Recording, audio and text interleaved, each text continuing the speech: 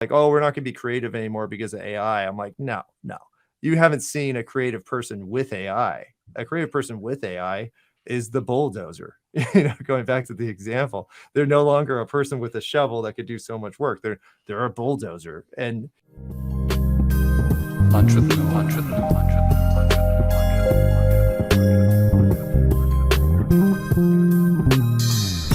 Hey everyone, it's Norm Farrar, aka the Beard Guy here, and welcome to another Lunch with Norm, the e-commerce and Amazon FBA podcast. All right, today we're going to be talking about AI and the future of marketing. We're going to talk about how e-commerce entrepreneurs can use content marketing to encourage customers and boost sales. We're going to be talking about how AI will shape the future of e-commerce and some of the important trends. Welcome to another Lunch with Norm, the e-commerce and Amazon FBA podcast. Okay, like we just mentioned, we're going to be talking about AI and the future of marketing. I'm excited about this podcast. Our guest today is the president of Digital Marketer and an e-com. Let's try that again. It is Monday, right? Our guest today is the president of Digital Marketer, an e-learning company focused on skills development for professional marketers, marketing agencies, and small business owners. He is a content strategist focused on integrated, genuine approaches to marketing and management. He's been in content development since the mid-2000s, creating tens of thousands of articles, graphics, videos, and podcasts over the years. And first-time guest, Mark Grasse. We'll be getting to him very shortly, but first a word from our sponsor. I want to give a quick shout out to an incredible group of sponsors who help keep our podcast running. The Lunch with Norm podcast wouldn't be possible without the support of the following sponsors: Wally Smarter, Post Purchase Pro, VAA Philippines, Jeff Schick Law, Rebate, Honu Worldwide, Extreme Power, Dragonfish Brand Management, and Startup Club. Thank you, and now back to our show. Welcome, Mark. Where are you, sir? I am in Austin, Texas, in the Digital Marketer studio. So this is where we shoot all of our kind of gated and front-end content for our website. You know, you probably don't know this. I don't know if Scott's ever mentioned this to you, but I've have this thing about Digital Marketer. And I've said to Scott in the past, I said, oh man, if I could only get somebody on from Digital Marketer. And then we ended up on a course. Scott introduces you to me, and then all of a sudden, boom, we just started talking, and now I got you on the podcast, which is awesome. Oh, I love that. Well, and it's funny because that's usually how I find people. It's never through because a lot of people apply, but I'm like, if I haven't talked to you, then who knows how it's going to go. And you do have, after done, 1,000 podcasts, you're like, there's good people to have on your podcast and not. But as soon as I talk to you, I'm like, you're perfect. You're on. Well, that's great. That's great. And like I was just mentioning, AI, everybody's talking about it, but a lot of people aren't using it correctly. And it's so important that you understand it. It's, if you get into Amazon's a big beast. AI is a bigger beast. And if you think that you can just go onto Amazon right now, write a product listing and just sell organically, something's definitely wrong. You have to understand how to do it, the different layers, and, at least how to approach the beast. And this is the same thing with AI. It's so brand new, and the people that are taking advantage of it, and they're going to win. But if you're, and I said on the podcast on Friday, I've actually got my assistant to take certain keywords or phrases that ChatGPT happens to come out with. And if they're just default like emails coming through ChatGPT, like they automatically, I don't even look at them. They're just deleted. I don't want to look at them. If somebody can't be original or know how to use the app or to use AI, then don't even bother. And even on LinkedIn, you see that all the time. People that have got this Sales Navigator app, they press it, all these default emails go out. it's kind of it's very similar to AI. Would you agree? Oh yeah. Well, it's kind of funny because with the AI thing, you have the people who are almost too on board, like, oh, AI could do everything automatically. And what you have to do, especially in terms of marketing with AI, is not approach it as like, oh, this is going to replace me doing anything with this task. It's like, no, it's going to enhance your ability to complete the task. So if you look at somebody like a construction worker, a guy with a shovel could only dig so much. Having AI for a marketer is like that same guy having a bulldozer. So a marketer who knows what they're doing will now be able to do 50 times more work than what they could do before. Now, the marketer who doesn't use AI is that guy with the shovel. Like he's still digging, but you have the bulldozers are tearing everything apart while you're sitting around doing the same thing the same way you've always done it. So it's tricky because if you do just say, I'm just going to turn my job over to AI, one, it's not going to be very good because we have access to the same tools and anybody could do that. And two, your competitors, your serious competitors who have an understanding of AI can do 100 times more work. And so it's tricky because AI is not a personal assistant even. It's just an enhanced tool, the best enhanced tool that we've ever had access to. But at the end of the day, it's just a tool. It's going to be as good as you are. Yeah, one of the things I found to use it properly, let's say you're building out an avatar, building out whatever, there's a lot of input that you still have to provide. And it's, the old garbage in, garbage out. You can let it go generically and say, oh, I want this. But if you don't set up that prompt properly and tell it and revise it, it might give you an okay response, but now you have to fine tune it. And it takes time. I was telling you just before you came on that I was working on a project, but the amount of time and effort that I had to put on just to get the right response. But when that response came out, it's like, oh my gosh, this is so good. But it takes time. It does. It takes time. It takes effort. And prompting is writing. And the fact of the matter is most people don't really know how to write very well. So it doesn't translate into things. Because if you hear somebody, they're like, oh yeah, I tried ChatGPT and I was like, oh, this doesn't do anything. It's like, well, you didn't ask the right questions or you didn't think creatively about a solution. Because what we're doing at Digital Marketer, especially with the boot camp we're about to do again, is we're taking our existing framework. So all the strategies, the customer value journey, the customer avatar, the core message canvas, all these things that we've developed over the last 12 years in business. And now we're starting to automate the process of creation, or at least ideation, when it comes to executing these frameworks. And so they're the same frameworks because we know that they work. We're just using AI to make basically anybody can do them. Like our core is called the customer value journey, and it's the 8-stage process, taking somebody who doesn't know anything about your brand to becoming aware of your brand, engaging with the brand, converting that person with a low ticket offer, then exciting them about the brand, then ascending them through the process, then turning them into advocates and promoters. Like that's what we teach. Now with AI, instead of having to understand this whole framework and how the pieces work together, I wrote a prompt that actually will allow you to put the prompt into ChatGPT. And then the next line you say, create a marketing strategy for a roofing company. And then all of a sudden you have an entire strategy. Now that process, when for me, when I first learned it, that's a long process. You have to do a lot of research. You have to understand the brand, the product, the customers, the market, all these different parameters.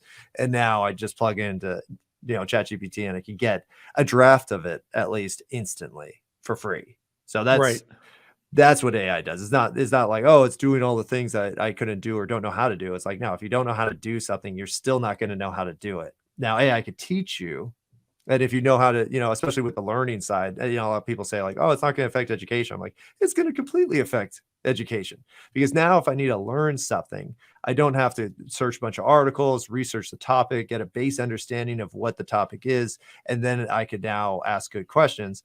AI just skips all that process. And I could say, hey, teach me how to do this concept in terms of baseball. Use baseball as a metaphor to explain the financial market and the impact of whatever. And it'll spit out the situation in terms of baseball, which is maybe that's the subject that I like. So now I'm learning something using a hobby that I already know and understand. And so the content's interesting, it's customized to me, and now I'm going to learn a lot better. So it's like, and that's with ChatGPT. This is just basic stuff. but that's what you could do. So that's kind of like, that's where the understanding of AI comes into effect, where it's like, no, it's not about you not having to write that email that you didn't want to write, which it does that too. Great. It's about, no, it's extending your knowledge of anything you want to know about way beyond something that you could do by trying to teach yourself. And it does write, pretty good emails as well. It does.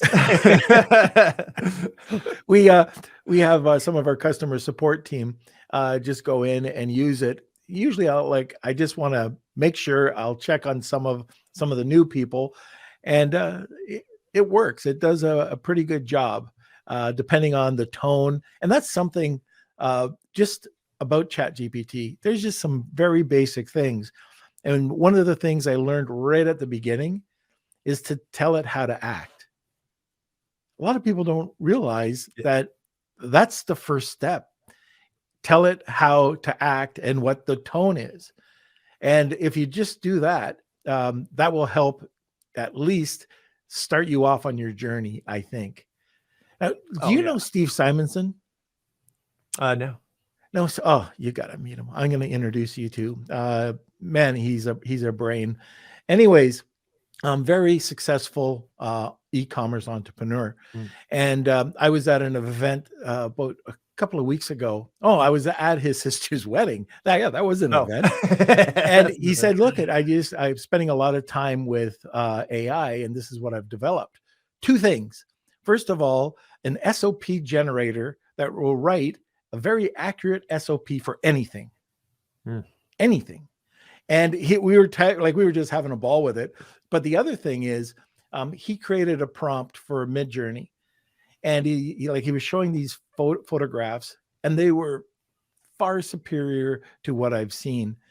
And so he showed me the prompt, and it was a full page long prompt telling the camera angles, the lightings, everything that you needed. But the beauty was all you needed to do is replace this field and this field.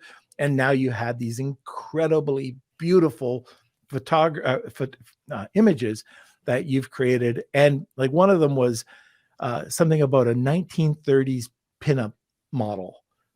And you couldn't tell. I mean, these were just absolutely beautiful women of the 30s. And anyway, I am not a Midjourney expert. When I saw that, and he gives away the prompt, by the way, for free. But you guys got to meet, and I'm going to make that introduction. So let's talk about some of these. Why is it such a game changer? Like, what have you seen in your use? Well, let's talk about the Midjourney thing, because I love Midjourney. Okay, let's do it. Because I when you said that, I'm like, oh yeah, I wrote a prompt generator, because the problem you have most of the time with Midjourney is the understanding you need to manipulate the concept behind visuals, where a lot of people don't understand. Well, a lot of people aren't photographers or videographers. Right. And it's, if you don't know those principles about angles and framing and lighting and contrast and exposure and blah, blah, blah, blah, blah, then there's no way you're going to be able to manipulate this consistently. And that's really the trick, because anybody could go on Midjourney and say, make a beautiful girl, and then it makes a beautiful image, but you can't control it. So, and then if you want something consistent, where it's like, okay, well, it's the same brand, so I want to make sure that the elements of the image are consistent across all the images I'm going to use for a specific brand. Otherwise, it'll look like crappy stock art, right? Where it's just, oh, I just pick whatever and plop it in. People could tell that. And so with Midjourney, especially, and anything you use, if you don't have that kind of brand cohesion, then everything that you do is essentially trying to establish a new brand. Whereas if you have brand cohesion, then everything you do reinforces the brand. So people start to recognize it. And this is something that everyone does subconsciously when they're looking at imagery. They're categorizing it a certain way. That's why no matter who you ask, if you say, who has the best branding, everybody says Apple. And unfortunately, Amazon, but more likely Tesla and other, cohesive brand imagery. And what you're seeing is, oh, it's all looking the same. Nike, they all have these visual parameters that they use for everything. So with Midjourney, you have to make that visual parameter. And if you don't have the ability to, then yeah, you go to somebody who can write a prompt and say, hey, I need to make this type of imagery consistently. They say, okay, and here you go. And if your audience is interested, I do have a Midjourney Excel prompt where you just put in something like, oh, make this, and then choose a mood And so the mood is the driver. So everybody understands moods like excitement or, fear or whatever it is. You just put the emotion in, and that generates the visual parameters for consistently on that mood. Oh, And so that'd be awesome. that's what you need. And what's happening now, and a lot of people talk about prompt engineering and kind of this, you got to get good at prompts. This is like level 1 of probably level 10 million of the development in AI. So even the prompting side of it is probably a temporary skill, but I still think it's really important skill for people to develop, because it'll give you an understanding of how AI works. And so no matter what, you should still use these tools to start getting a feel for it. Now, what's happening in the last like 6 months is that we've had a million apps released, right? Like, oh, now there's an AI that can do this and this and this. Problem is that with OpenAI's, API, where you could plug ChatGPT into anything you want, then, it does anybody can make an app. And so what's happening is you're having a bunch of apps that just are no good. Now, what's eventually going to happen is all of these apps are going to be consolidated into the big players, which are probably going to be whatever OpenAI is doing, whatever Microsoft's doing, whatever, Midjourney is doing, all these core tools. And then they'll come out with something that's much more intuitive than having to write prompts. Because essentially prompt writing is kind of like coding, and most people don't have any experience in any type of coding. So of course you're not going to be that great. The only exception for that is somebody who knows how to write. Because if you know how to write and describe what you want and, Yep. Manipulate questions, then they'll do fine. But if you don't have that proficiency or understanding of how it works, then it's going to be tougher. Or you're going to be really reliant on, some commercialized tool that you're going to have to always pay for. If that makes sense. You talked about all these apps that are coming out, and this, excuse me, this kind of reminds me of the beginning of Amazon, whenever the beginning, the gold rush years of Amazon, 2013 to 16, when every day there was some other app that was coming out. And how do you know which apps are good or which apps are bad? It just seems like you can really suffer from this shiny object syndrome, trying to keep on top of AI. Oh, well, you know what? I just go with the mainstream. So Yep. if you want to follow trends, and everybody laughs at me when I say this, but you need to be on TikTok, and you have to train the algorithm to feed you trends and new information, because the most of the stuff that I'll talk about on things, I actually learned from random TikTok videos and then I apply. So I have a 200, like I bookmark AI videos and I have like 200 of them. So when I see a certain app come up multiple times and kind of breaks through my, barrier that I create to avoid all the spam, it's like, oh no, you've heard this enough times. Then I'm like, okay, it must be significant, because I'm not trying to find it and I keep on finding it on accident.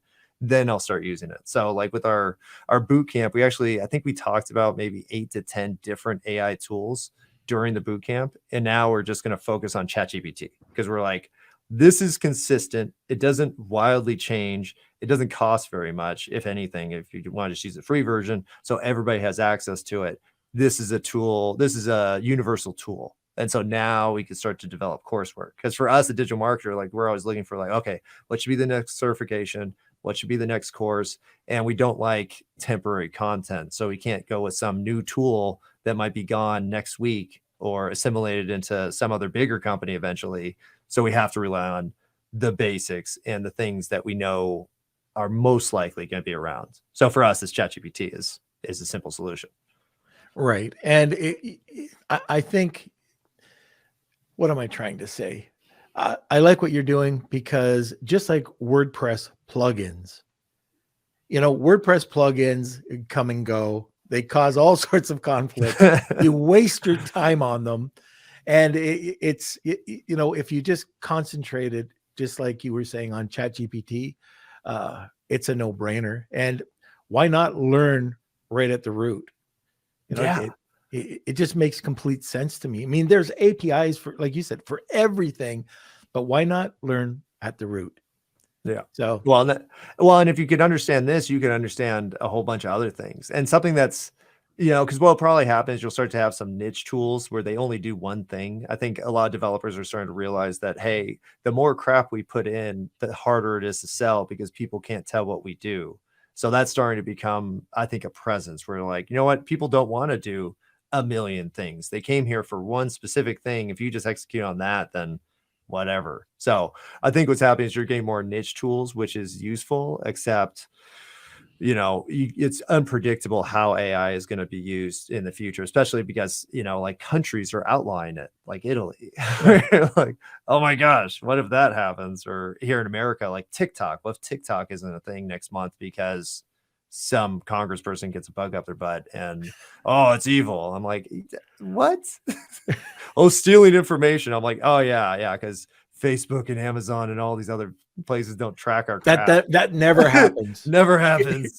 I'm like, all of us are completely accessible online. So, whatever. But you can't predict that. So you have to go with the consistent ones. And I like tools that are versatile. So if it's not a versatile tool and say it's just really, really good at something, then probably within the next year or 2 years, whatever you're using is going to be consolidated into some $1 trillion conglomerate, and you're going to end up on the big up anyways. Right. So with AI, you have ChatGPT, Midjourney is a good one, Dolly, Jasper, Descript. So there's a few names that are starting to pop up way more often, and I think these are going to be the big players who end up buying everybody out because they have niche tools that they could just plug into their existing, offering. Yeah, we had for videos, we do a lot of repurposing of our videos, even with the podcast. And we had the CEO of Pictory on, and he blew my mind. This guy is a brain, but just what he's doing with videos right now. And like, I could add a sentence. Not only like it takes out the ums and the ahs, but I can add a word or a phrase, and it'll just continue like it's me talking. And there are apps out there that in the course that we talked about that will, just create your voice using a couple of words. But it's very interesting to see where everything's going. And the thing that a lot of people don't realize, I'll hear, especially when it comes to politicians, they don't sometimes know what they're talking. Sometimes they don't know what they're talking sometimes. about. Yeah. But they'll say that the landscape will change over the next 2 years in AI or 3 years. It's going to change in 3 months. It's going to change so dramatically over the next every month over month. This is changing so quickly. Well, there's 2 massive things that are going to happen in July that are going to have a huge impact. Basically, resetting the internet is what's sort of going to happen, is my prediction, because you have Google is going to switch over from Universal Analytics to GA4, and people don't realize that they're 2 completely different systems. So they're basically anything that you tracked using Google Analytics, which is most websites, is going to stop. So there's not going to be any analytics if you don't have GA4 installed. And most likely you won't have access to your old analytics because they won't be connected to your new analytics. And so nobody's prepared. I mean, digital marketers are prepared for it, but most companies aren't. And so there's going to be this mad dash of like, holy crap, we can't track what's happening on our websites, which is the fundamental action of being a digital marketer. And so that's going to have a massive impact. So everything's going to break in terms of analytics. Next, you have something coming out, which nobody talks about in America, which is called FedNow. And FedNow is basically the government's payment processing system, which is going to, I'm guessing they're going to massively undercut all merchant processors in order to most likely track where Americans are spending money. And so that's going to happen. And they're coming out at the same time. And so there's going to be a huge shift in everything that nobody's prepared for, on top of the fact that they've actually delayed the development of AI. So you have like the CEO of OpenAI petitioned Congress about, hey, we should stop developing AI so much, or we should come up with a licensing law so that AI creators have to use licenses on any piece of content that they create, which goes into another big factor that's not even inside those 2 big things happening, which is going to be the licensing of all data created on the internet. which wasn't possible before because it was impossible to track and we didn't have the processing power. But with AI, you can track everything because it's just a dumb machine that'll go out and find out use cases of a specific license because it's part of the blockchain. Boom. Now we have NFTs are tied to every piece of data that's ever created, including things like this podcast will have an NFT associated with it, or maybe every segment that comes out of it. So, so when I say like everything's going to be different, it's not even the same as saying the internet is now popular. It's just a different level of fundamental change that's going to make us have to adapt. So just a couple of comments. First of all, going back to the monitoring of our information, my old business partner, his name's Wilfred Lightheart, and he's actually going to be on the show, I think, next week. Anyways, we had this community building company, and what we did is we took all the Republicans and put them into one community, all the Democrats put them into one community, and then we took whatever we felt like, guns, for example. Okay, we had Sarah Slaughter, who were all these female, all these females who loved guns. So you'd have this granny taking an AK and just opening up. Then you had the Democrat side where we like just different topics for each one.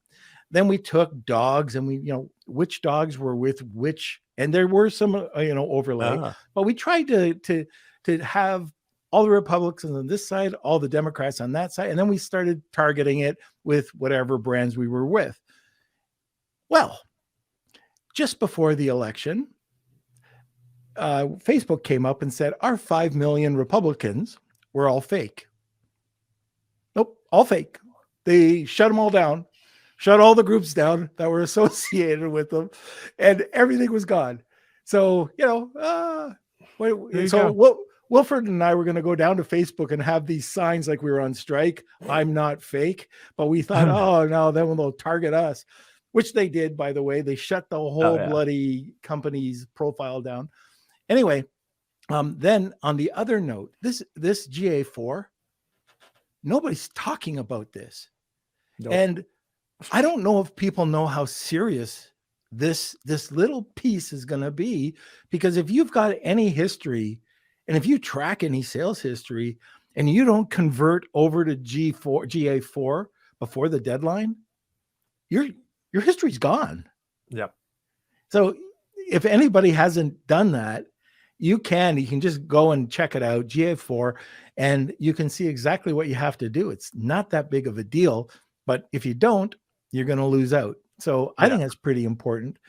And then I don't know a lot about the last thing you were talking about. What was it? The Fed? Oh, Fed now. Yeah, Fed now. It's been under wraps. So I'm like, and actually I just typed it in the ChatGPT. I'm like, what are the potential economic implications of OpenAI, or not OpenAI, Fed now coming online? And it's incredible. Like it's just so massive what could happen, and nobody's talking about it, and the government certainly not talking about it, but it's coming online like July 1st, the same time they're doing the analytics thing. So like, this is just the calm before the storm. So everybody's been like, oh, AI is changing everything. I'm like, no, it isn't. On top of, and actually I didn't even finish that point, but it delayed. So what happened was in December or January, I was going to write a book. I was like, okay, I have all these ideas about the potential implications of AI over the next 1 to 5 years. Then things started getting rolling for like, 2 months, like February, March. We're like, oh, things are just going nuts. And then all of a sudden, end of March, beginning of April, like the development just stopped. Like it just paused. And this was intentional. It was around the same time Elon Musk came out and said like, hey, we should pause the break on developing AI. Then everything kind of stopped, because at this point, ChatGPT was supposed to be doing imagery. Like that was a main point of GPT-4, and they just stopped. It was just like, oh no, never mind.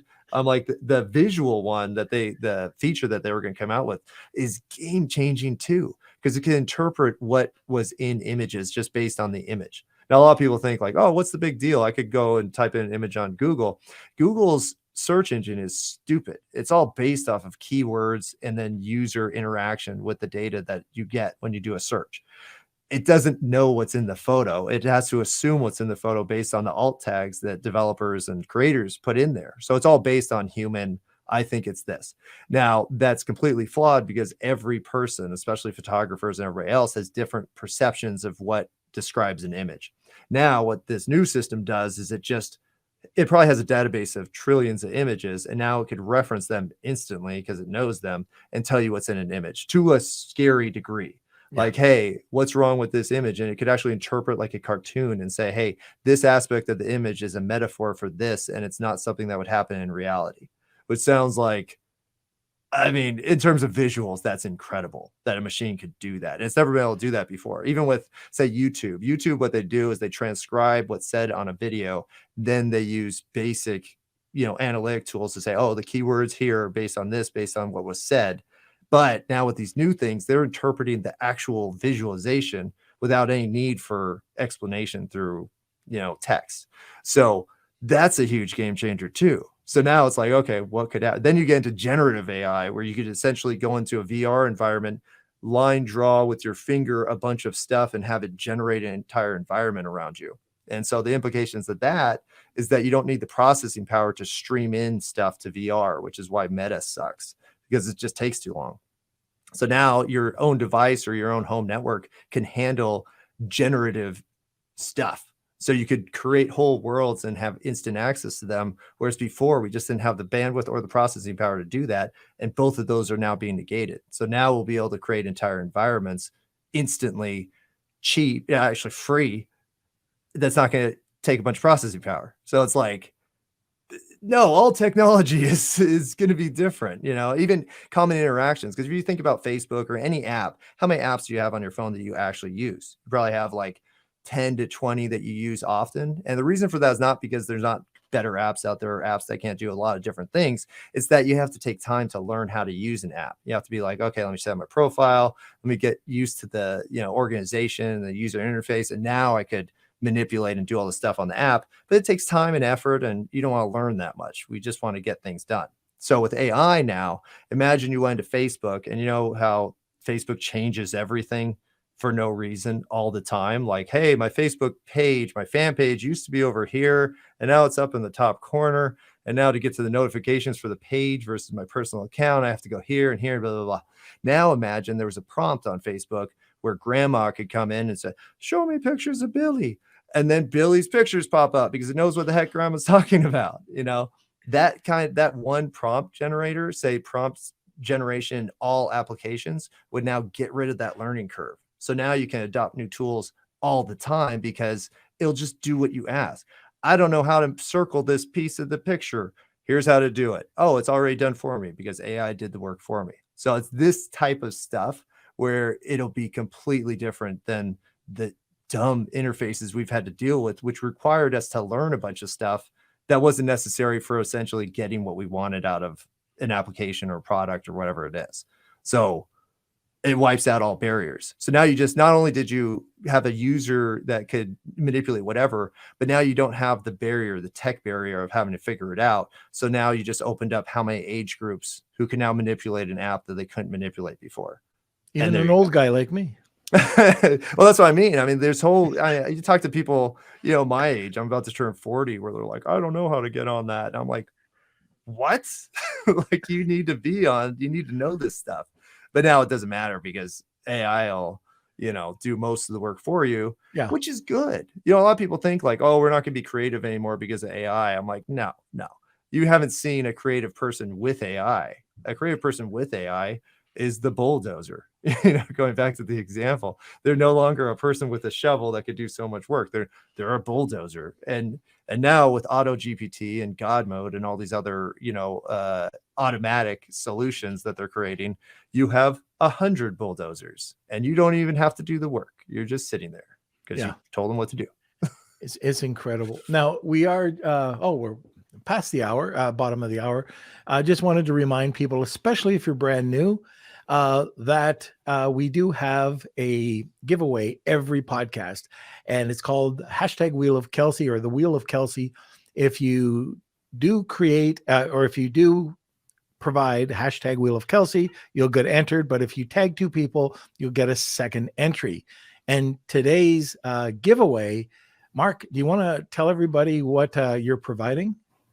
Yes. So I'm giving away a 30-minute content consult, AI-powered content consult. So my kind of key superpower is content organization. So it's not just about making pieces of content. It's like, hey, how do you organize this into something that's going to connect with your brand, where everything that you create related to is going to be useful? So what we'll do is, or what I'll do is, we'll meet 30 minutes. I'll get an understanding of your business, and then I'll actually create a content structure that you could build essentially Wow. unlimited content off of. And if you've been listening for the last 40 minutes, Mark knows a little bit about what he's talking about. So I really think that this giveaway is priceless. So if you're interested, hashtag Wheel of Kelsey, tag 2 people, you'll get a second entry. And Hayden, let's go over to a sponsor. Anytime. Are you struggling to keep up with your Amazon business? Do you need help from a skilled, reliable virtual assistant? Well, look no further than the Virtual Assistant Academy, or VAA Philippines. Founded by successful Amazon sellers who know the challenges of hiring quality VAs, VAA specializes in locating, screening, training, and supporting high-quality VAs in the Philippines. Their VAs receive extensive Amazon training and ongoing professional development and are committed to a long-term working relationship with you. Partner with VAA and experience the peace of mind knowing that you have a dedicated Amazon-trained VA who's up to date with the latest tools and trends in the dynamic Amazon marketplace. Head over to VAAphilippines.com and let VAA match you with your ideal VA today. All right, we're back.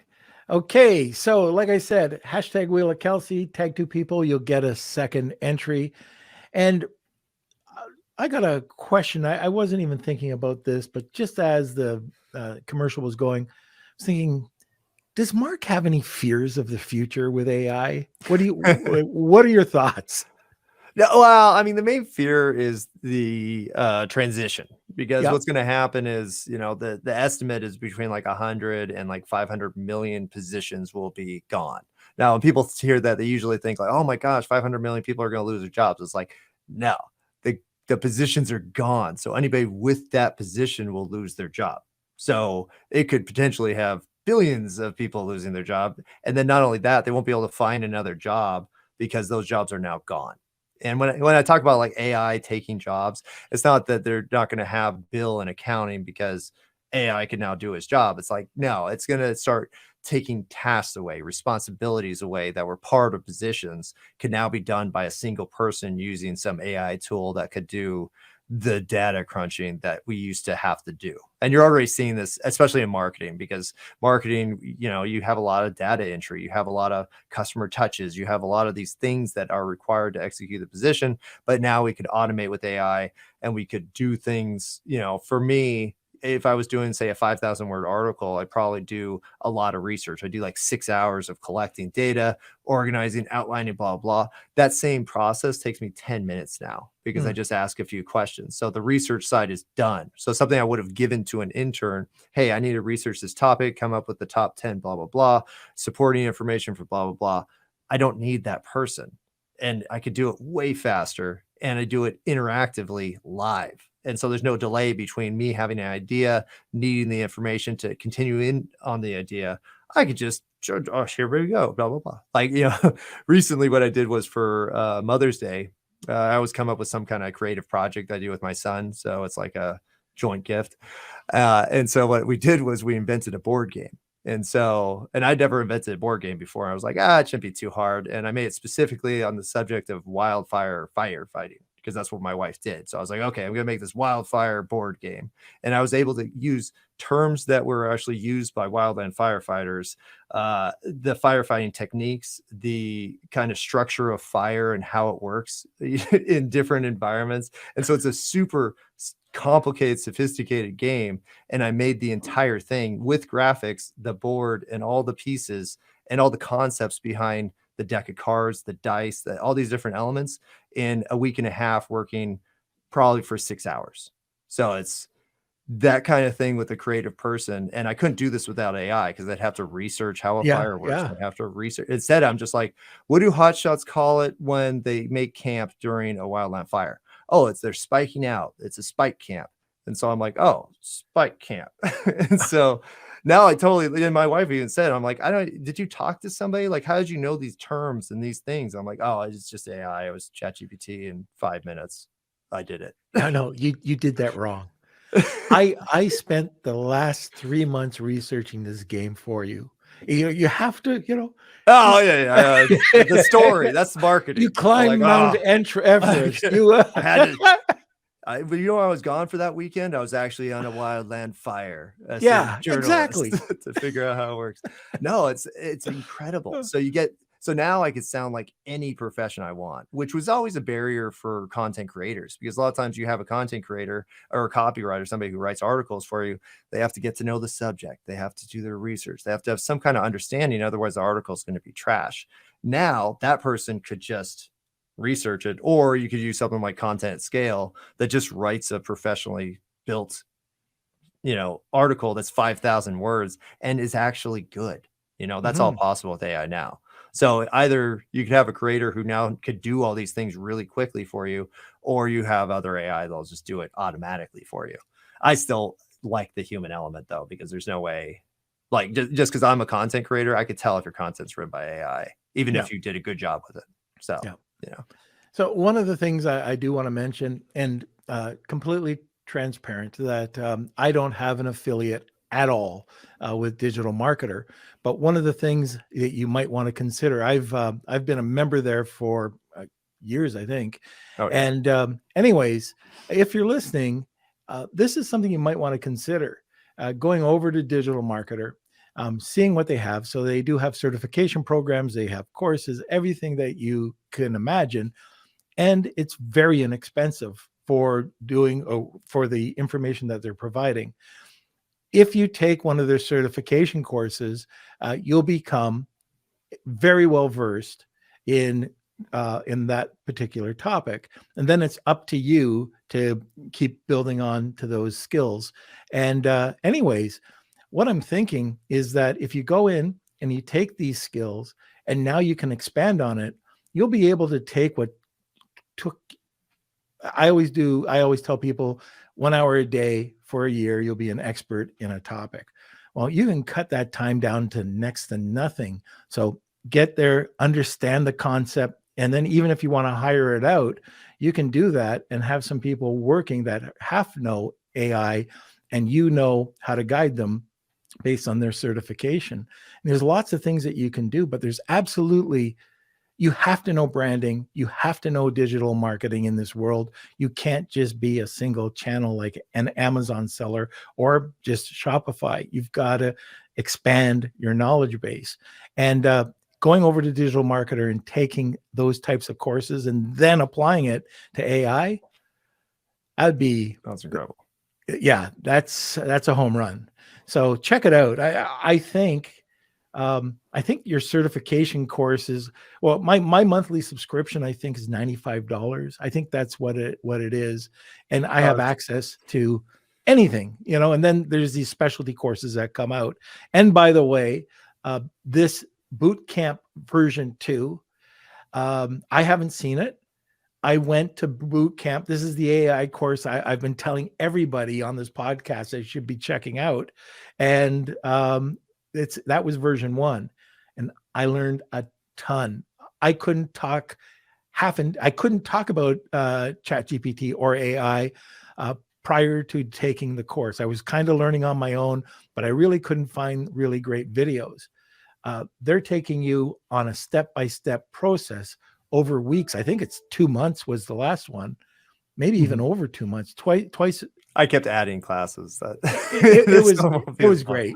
So anyways, I know I'm a bit off topic, but I'm not. If you really do want to learn and grow your understanding, check it out. It's very inexpensive compared to what you would what you would pay, or the time it would take you to gain this knowledge. And also the people that are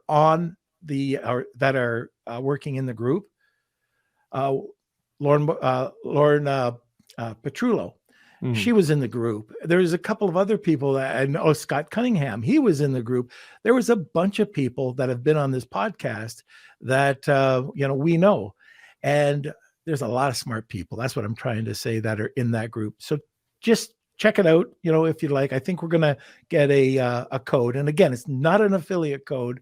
I'm getting nothing out of this except this is what I did to understand AI, and they do a great job. So that being said, that was a plug. Okay. No, I love it. Hey, that's cool. Well, it's important that people understand, because digital marketer, we've been around for a long time, like 12 years. Over 100,000 people have taken our courses, and mainly marketers and agencies. And what makes digital marketer kind of unique, especially with education platforms, because there's quite a few, is that we have these core frameworks. Like 3 to 5 of our frameworks are actually part of all certifications. So as soon as you understand the basic frameworks, now you could learn anything else and plug it into those frameworks. So it's almost like a growth system, where it's not like, because there's a lot of coursework where you could just be, oh, I'll take a Instagram course, and then I'll take a LinkedIn course, and I'll take an SEO course, all written by completely different people with completely different objectives and learning parameters. Whereas the digital marketer, we have the same things. So you can literally, if you understand the customer value journey, you'll understand all of the certifications. You'll just get a better understanding of how it works within that methodology. So it's, I think it's a much more efficient way to build your education, especially in digital marketing. And it still applies. So all we're doing now is essentially taking those frameworks, using AI to execute them faster and more automatically. But all the principles and all the lessons and all the concepts that we're actually teaching are not changing, even though the entire world is changing. So going back to your question of what I'm scared about, I'm like, I'm not that scared, because if you are just open to new things, you'll figure it out. And at the end of the day, the last 10, 15 years has been a pain in the butt. Like, searching Google has gotten so much worse than it ever has been, where you have so much data. And what's happening now, and this goes into more digital marketing stuff, Google doesn't care about you and your puny little website. Google cares about money and their advertisers. The only reason they got creators in the process was because they had to. They needed some information to share. However, now, since they already have access to all the information and things we've created, they're using generative AI to just give people articles and answers that they want, which they now control. So if I say I was AI, or say I was Google, and I was like, you know what, I'm tired of sending traffic to these little websites, I'm just going to create an article. And not only an article, I'm going to create an article based on that user's preferences, because we've been keeping all your data since you joined the internet. So we know exactly the type of stuff you like. We know your reading level. We know the hobbies that you like. We know the stuff that you're probably going to buy based on all this other data. So what I'm going to do is generate a series of 5 articles, and all of them are going to lead into each other, and the final conclusion that you should buy this thing. And that's why you found this information in the first place. And so it's impossible. They're going to do this. It's going to make too much money. They'll keep their advertisers happy. And now they don't have all this uncontrollable data happening, which is probably why they're going to break the internet with the GA4. Cancel us. Yeah. It's like, it paused for a second. I'm like, oh crap, they're listening. But yeah, so it's so even though it's going to be horrible, the thing is, things have been getting progressively worse, and our products and our brands and our companies have been commoditized for the last 10 years, where everybody's just kind of like, whatever, I'll buy it on Amazon.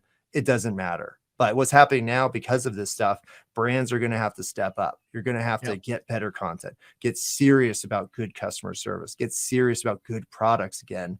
And now we have a competitive environment that actually favors customers instead of the big people who are making a bunch of products. So it's good. It's a good thing. Everybody will be much happier. Yeah, it's funny, because if I take a look at the services, you talked about the 5 components or the fundamentals within digital marketer that kind of carry over. And not only in ChatGPT, like ChatGPT recognizes those fundamentals, which is really crazy.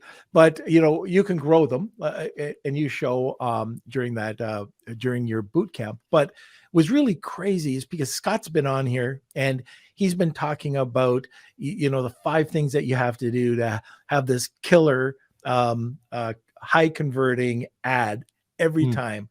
And we've built it into our prompts. And now all I have to do is punch in the right information, and Scott's formula for killer converting ads comes up like this. And I'll say, okay, give me 10 versions. And it's like, I would have had to, I have what the old phrase or words that sell. You remember that book? Oh yeah. I no longer have to flip through the book or phrases that sell or look for great converting. It's all there. And once you have it, once you understand that right there, that's one thing I can do now that I feel comfortable with. Kelsey, that's my son, going and checking out and creating some ads by using Scott's formula. And it's fantastic. It's awesome. So anyways, now let's go back to the brands, because you were just talking about, brands have to, come up to bat. If, they can't sit back. What are a couple of things that brands can do right now to get ahead of the game? Right now, I'd say you need to build your content base. And when I say build your content base, a lot of people are like, oh, okay, I'll do a list of keywords and blah, blah, blah. It's like, no, you need to systematically build your content in a way that leads to satisfying your customers and getting new customers by displaying your knowledge and, your capacity for serving their needs online. So I theorize that what's going to happen is brands are going to, lifetime value of a customer is going to become the key metric for business success. Currently the market's big enough, and with enough money, you can kind of plow through growth. That's not going to be an option anymore, because it's going to get really expensive to get new customers based on the new market. So when you get a customer, it's going to get super important that you keep that customer forever. So how's your customer service work? How's your follow-up work? How does your promos during the year work when they're not planning on buying? How do you keep them engaged with your brand, even though, maybe your product lasts 3 years? So you got to maintain this relationship for 3 years before you get some kind of, return on your investment. So it's going to be all about content and how well you do it. Now, the content itself is going to have to be branded, unique content, because because of AI, everybody's going to have access to creating generic content. So that's going to be crap. So you're going to have to brand and stylize your content so people know it's you no matter where it is. So that means that you can't just answer a question with a comment like, okay, how do I mow my lawn? Well, you water it every day and you go out and you mow the lawn. It's like, no, this has to be Steve's lawn elevation system. And Steve's lawn elevation system doesn't have you watering it that way. You have to water a specific way, and you have to do the pattern like this. And the reason why we pattern your grass like this is because north to south, moisture flows, blah, blah. I'm making all this stuff up, by the way. Moisture flows a certain way. So you have to get this grid pattern on your grass. Otherwise, it's probably going to die. So, instead of just saying like, well, you mow the grass every week, it's like, no, this is the innovation system that Steve uses. And so if you want to do it right, you got to do Steve's way. And so essentially what we're doing is we're productizing every piece of information that we come out with, which means you have to answer every question that your customers could possibly have in a stylized way that is unique to you. So no more generic answers for anybody. Your customer base is going to appreciate that. They need to know, no, this is the method. I'm committed to your brand because you do something unique and special, and I like you. So if you're not doing that, then I'll go find somebody else who does, and they'll do it for me. So who cares? So that's the unique part. So it's not just about, hey, you got to get on your content creation game like really good. It's like, no, your content creation game needs to be a main focus that is awesome and that everybody who loves you will love. And you got to continue to do it forever. So it's a whole new world. But what's going to end up happening is we're all probably going to have a set of brands where we're like, no, that's my brand. I don't go anywhere else. I don't go to Google to find answers because I have this brand that is the answers for that subject. And so everything's going to start to be kind of siloed around the internet, where you'll only access data that already fits with your preferences. Or you'll go straight to generative AI to generate generic content And who cares about that? But in terms of making purchase decisions, real estate's an easy one. If you're a real estate agent, you can't depend on, hey, I sold your house, I'll see you in 10 years, because that person will forget about you. So it's been common practice. You send them a letter, you send them a gift at the holidays, you send them all these different things, and it's these multiple touch points. Difference is nowadays it's going to have to be for literally everything if you want to be a player. And I just want to expand one little thing. It's the details, the small details that count. If I get a card from a real estate agent that has a print that she's sent out to 500 other clients, and you can tell it goes in the garbage. Yep. If it comes out and it's handwritten or looks handwritten, that's a whole and it could have still been written by a machine, but it's handwritten. Those are the little things that count. You can spend 50 cents here or spend 55 cents on a mechanical version, but it looks hand real and it's got a stamp on it. And it just elevates your brand that much higher. That real estate agent gets onto the wall with the other cards. The other one goes into the garbage. I don't care if you just sent me out on a master list, your cards that you got just batch printed. Oh, but next level for that is like, hey, Norm, I know you fish and I saw this fishing lure. So they include the fishing lure in the note where they also note that you bought a house from them in a while back. I mean, you will never lose that customer because they'll be like, holy crap, of course I have to go back to Sally. Sally loves me and always sends me stuff. And I would never go to anybody else, even if she's more expensive and maybe not a specialty in what I need and maybe not 50 other reasons. They'll still come back because they're like, it's next level. And that's going to be common. Is there you're a content creator, so is there too much content? There's never too much content. Never, ever. Hoping you'd say that. Well, the thing is, because the other argument is always like, oh, okay, well, AI writer versus content writer. And I'm like, it doesn't work because number one, let's say that I'm the best article writer on the planet. There's literally nobody better than me. I can only write an article for one target market, right? Because I have to think about it. I have to formulate, I have to outline, I have to do all these things to make the article work. Now, generative AI, on the other hand, knows that person's preferences based on their search history for the last decade. There's no way I can compete to write an article for that one individual like generative AI can write an article for that individual. They just know them too well. And there's no way me as just a single person can do that. I have to go broad. So the two aren't really comparable. But the other issue comes in where it's like, no, that's generic crap content. Mine is stylized content. And you like me because I wrote it. So this is what you want. It doesn't matter that this knows all your preferences, blah, blah, blah. You care what I think. And that's what matters. So what's going to happen is you're going to have people really digging in. And instead of kind of, I'm going to generate something that looks professional. Everybody can generate something that looks professional. You have to make something that looks like you and looks unique. And so now you have, and not only that, but all creators have all automated tools. So even if I don't know how to draw, even if I don't know how to write, if I have a concept, I could actually generate that concept in a professional manner. Whereas before, I'm just going to skip the idea because I don't know how to write. So I don't want to sound stupid. So I'm not going to do anything with the idea. Now you have content creators who don't even have to be good. They don't have to have the skill. As long as you have the idea, you could generate something unique and professional and attractive and everything else you ever wanted. So now it opens up content creation to everyone. You don't have to have 20 years of graphic design experience and writing experience and all these different things that I had to do. You just have to plug in a little thing and have neat ideas. It sounds unfair is what it sounds like. Cause there's a lot of people who, I spent my whole childhood learning C++ because I wanted to be a programmer. And now ChatGPT could write programs in like 10 seconds. It doesn't matter because now everybody has more access. There's no gatekeeping of creation because everybody can do it. It's ideal as long as you're willing to do the work and do the self-examination you need to become unique, which is also hard. So there's still a big barrier, but overall, it's really good. Okay. So Hayden, do we have any questions or comments? Wherever you are. There he is. There's just one from Rad. Sure. Let's see. How do I put this up? I think you just brought up another ChatGPT Forefront AI type tool. Yeah. Oh, okay. Have you heard of this one?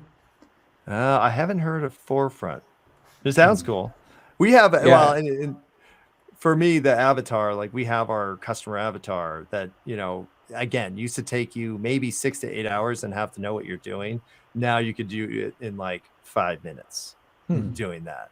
But it's our framework, so it's based off of stuff we know works, and we've used it for making avatars for a decade. And you also learned during the boot camp. And you learned, oh, that's right. I forgot. I already gave it to you guys. Everybody already knows. But it's so cool, because it's like before it would have been people hold these secrets, right? Like, oh, I can't give away the secret sauce, so I better hold it in. It's like, no, who cares? Like, give it all away. It's not about that. It's about your ability to continue to make good stuff and not rest on your laurels because, nobody else knows how to do it. Right. Now, let's see. We're at the top of the hour. Is there any other, are there any other closing comments you want to make about AI before we get over to the wheel? I will say that if you think you've missed the boat in terms of getting into AI, you have not. I gave a speech about a month ago with 20 different industries. And since I'm in marketing, everybody's talking about AI. So you assume that everybody's talking about AI, but 20 different industries, not one of the people, and this is probably 30 people, had used AI before. So if you're thinking like, I missed the boat, what's the point? It's like, no, this is still like the barely going curve of using AI. So if you start using AI today, you're going to be ahead of 99% of the population, because it's really a small subset that's actually doing it. So there's a huge opportunity still if you just get going now. So don't wait, start learning AI now. All right. Now let's give out some of the digital marketer information. Where can people contact and get set up with Digital Marketer? Yes, you can learn about Digital Marketer at digitalmarketer.com. We are launching our new AI boot camp. We call it Accelerator in the next week or so. So it should be it should still be being promoted when this episode comes out. So definitely check out digitalmarketer.com. You'll see a little link for it, and you could actually use Mark MARK 100, just 100. That'll give you $100 off of the program. And if you did the first version of this, you could actually get 50% off. I don't have the code for that, but if you bought, then look for an email and you should have code to get the new one. And the new one's going to be awesome because it's going to be all ChatGPT focused and no other paid apps are going to be involved. That's fantastic. All right. So Hayden, let's go over to a sponsor. But before we do that, just last time you can get into the giveaway, hashtag Wheel of Kelsey, tag 2 people, and you'll get a second entry. All right, now let's go over to a sponsor. Launching products isn't like it used to be. To successfully launch your product, you need to hit that algorithm from all sides. Driving external sales, boosting social signals, and increasing product listing engagement are fundamental to success. Rebate is the first and only launch platform that delivers across this broad range. Get your product featured on Amazon.live through Rebate's influencer program. With this service, your product gets instant exposure to large audiences of shoppers and permanent placement on Amazon influencer storefront, which drives perpetual sales. Run a sweepstakes campaign on Rebate and connect with shoppers off Amazon. And lastly, drive external sales with tried and true deals campaigns. Visit rebate.com today and get started with your 14-day free trial. Okay, now we're back. Let's get over to the wheel.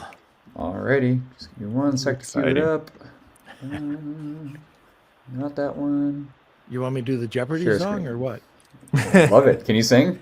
No. Sing for the people. How about the actual song that leads into this? The Wheel of Kelsey song. How could I forget? How could you do this with Mark on? How could I do this? I know. This is the best part of the show. It's time for the Wheel of Kelsey.